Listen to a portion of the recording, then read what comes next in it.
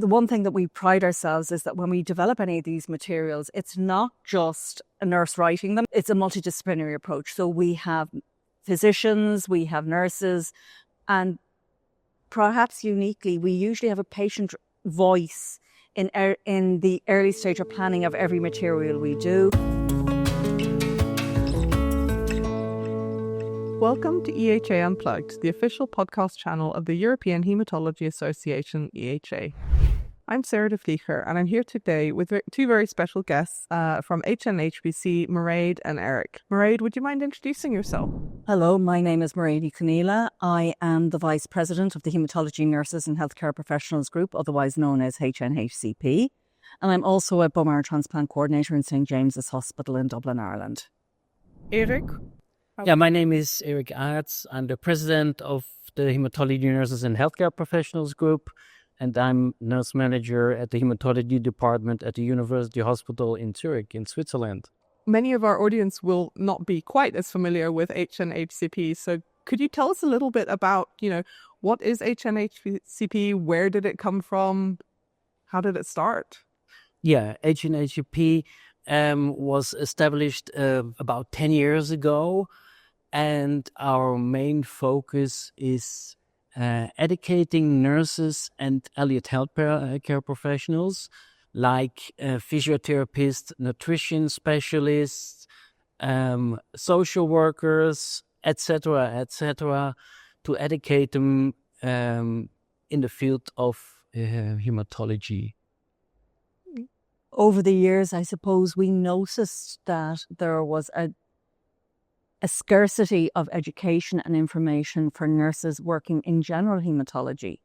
The areas like bone marrow transplant are very well covered by other organisations, both general nurses working generally at the coalface with patients with myeloma, lymphoma, CLL, that never referred for specialist treatments.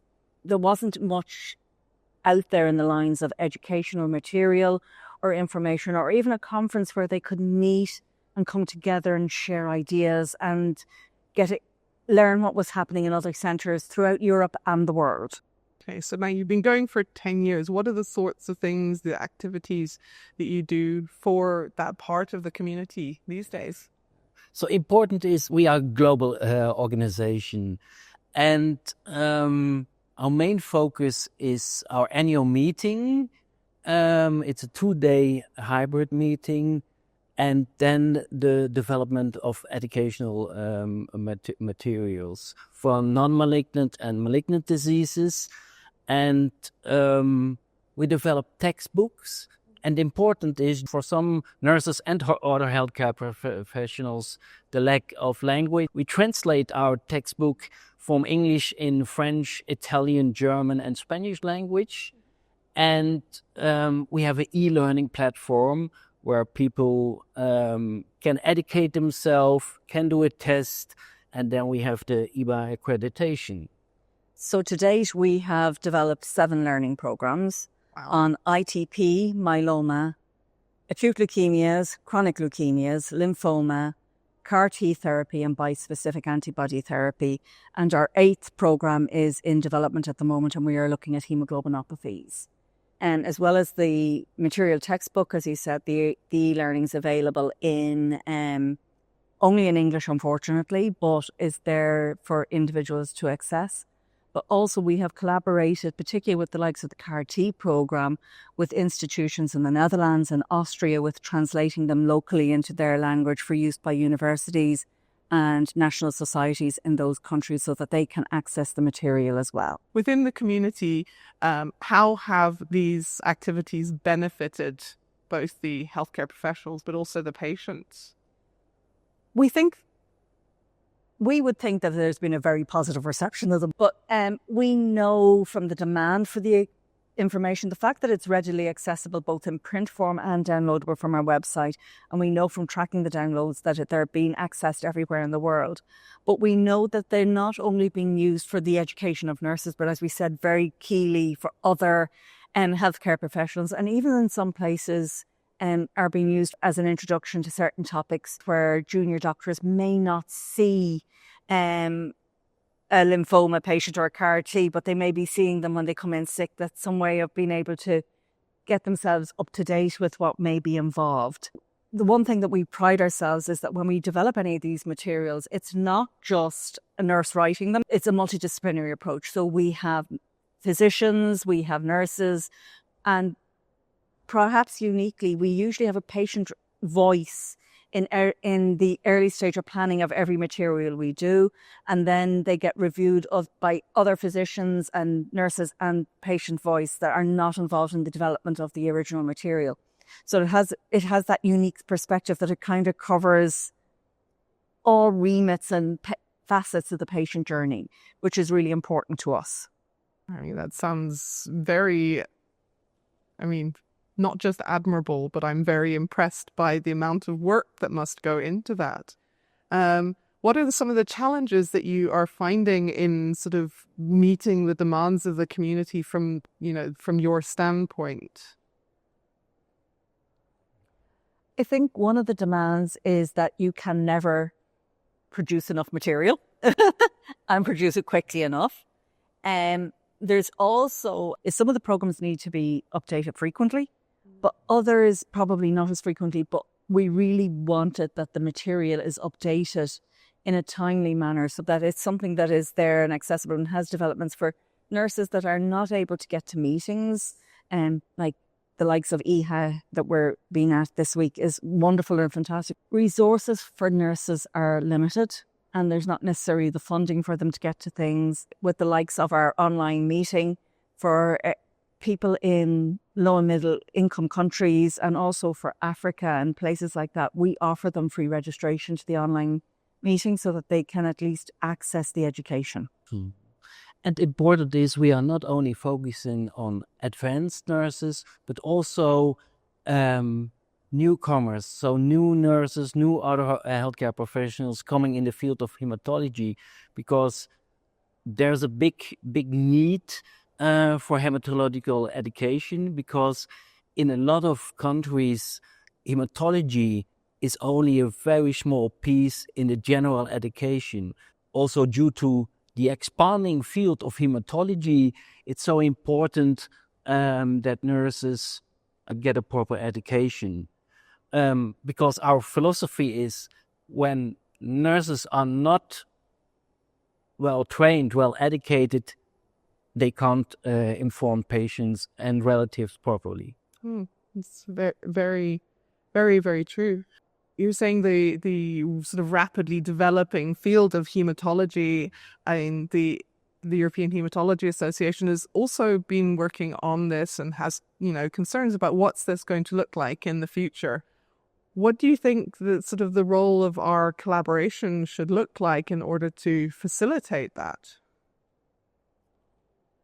I think it's having an awareness of the needs that are out there, being able to collaborate as we do nicely, even in the likes of this podcast, to say that we exist, that there is a resource out there. We rely the same way that we advertise and say that there is resources available with EHA on our website. That collaboration to be able to bring it to the attention of physicians and scientists in other organisations, that they can go and spread that news to their nurses, that there is something that they can use and that they can access readily and easily without a huge cost. And the other thing is that even the importance of nurses in haematology needs to be recognised. In some countries still, haematology nursing is not fully recognised as a speciality.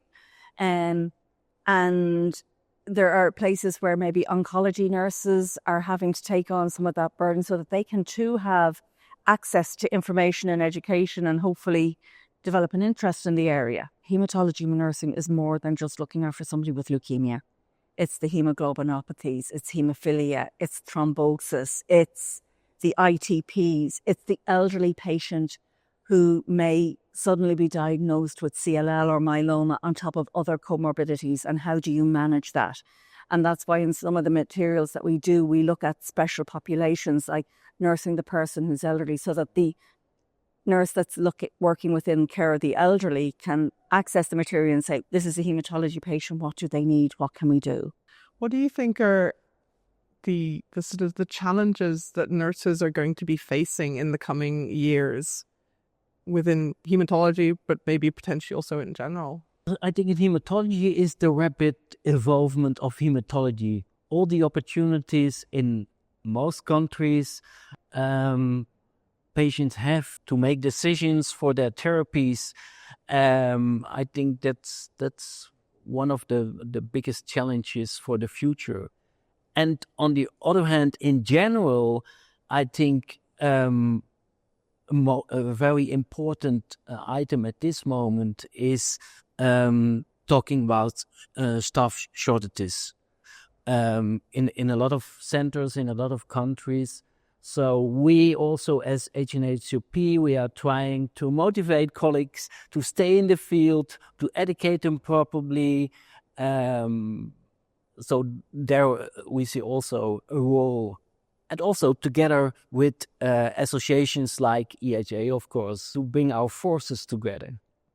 I think another challenge too is, and it's a challenge for EHA as well, we've established ourselves in a way as the experts or the people that can deliver treatments like CAR-T, bispecific antibody therapy, antibody conjugates safely. But now these treatments are expanding out to other diseases. And there's a huge challenge for both medical and nursing, because these are going to go on to other areas, and we're going to have to lead the education of people in other diseases like rheumatology, dermatology, even solid tumours. And that's a huge challenge, and it's a huge implication both on resources and time, because we still have to educate our own staff. We still have to have the expertise and the education there. So that's going to be very difficult. There's also a little bit about the role of nursing and transferability of education across countries. I know EHA have been doing an awful lot of work with like medical passports and things like that to have a standardization. It's not going to work quite the same way for nursing. If there could be some way of harmonizing things, it would be great, because it would increase potentially work flow and enable maybe retention of staff if they thought that they can then use their qualifications and skills elsewhere if they wanted to, that there's an easy way of doing it without having to jump through an awful lot of hoops with transferring registrations, etc.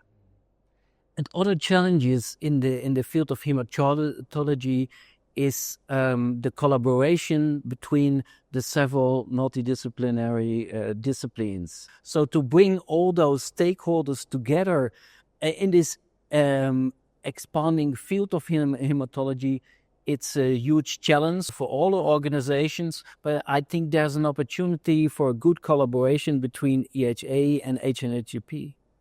So I'm going to play the time machine game.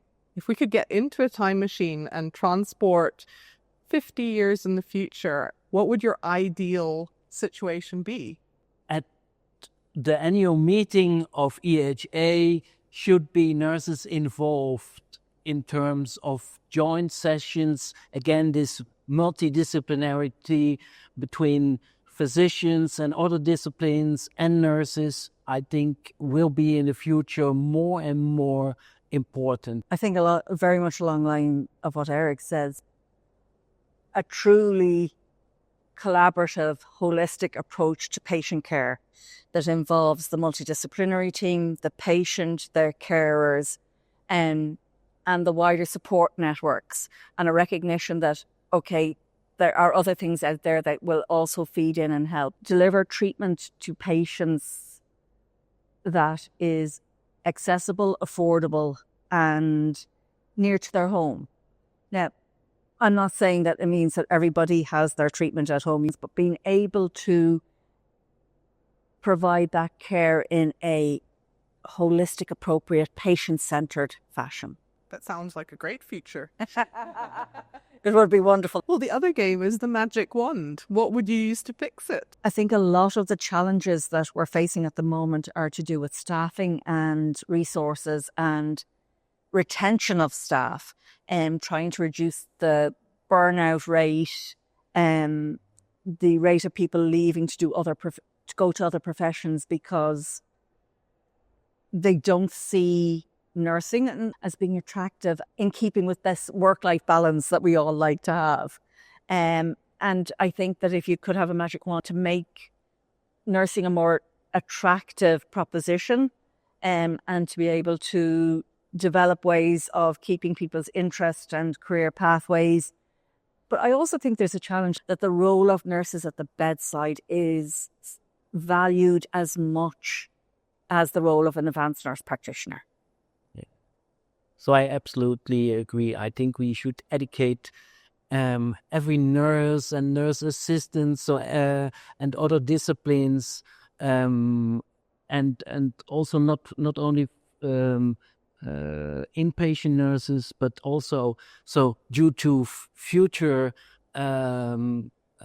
developments in hematology, outpatients setting will be more and more and more important. Yeah, the role of community delivered therapies is going to become paramount to what we're doing, and to what is there for patients. So being able to do that safely and effectively is really important. So maybe before we finish, what drives both of you to be so actively championing the nurse and the allied healthcare professional within hematology? What is it that gives you joy? So my drive is, and I'm working now almost 35 years in hematology, is that to motivate nurses and other healthcare professionals and educate them properly to optimize the care for our patients, and don't forget the relatives. That's my drive in this field. I think similarly to Erik, he unfortunately reminded me yesterday that I'm about 35 years in the field also. But it is the reward you get when you know that you've been able to improve the working life of a nurse, or what they're able to deliver to their patients locally, that you're able to impact the care that somebody is giving to patients, that you're giving them the resources and the knowledge, and ultimately helping them develop the skills to care for patients and their families, and hopefully enhancing the patient's quality of life by doing that. And another important item is, here in the western part of Europe, we have a lot of opportunities, but we also focus on the eastern part of Europe, on African countries, on countries in South America, where nurses have often less opportunities also to involve them and to educate them properly. That's also a huge drive and opportunity and challenge for the future. I think both of you are doing an admirable job, and I would like to thank both of you for coming to talk to us today. It's been a very insightful conversation, and I hope to see more of these conversations in the future. And we'd also like to say thank you for the opportunity to highlight and promote nursing and the multidisciplinary team within the setting. It's really nice to know that it's valued, and that the collaboration we have with EHA, with the patient groups, that we're able to collaborate to develop and to move the field of hematology forward. Thank you to our listeners for tuning into this episode of EHA Unplugged. Follow the podcast channels, and we look forward to you listening to the next one.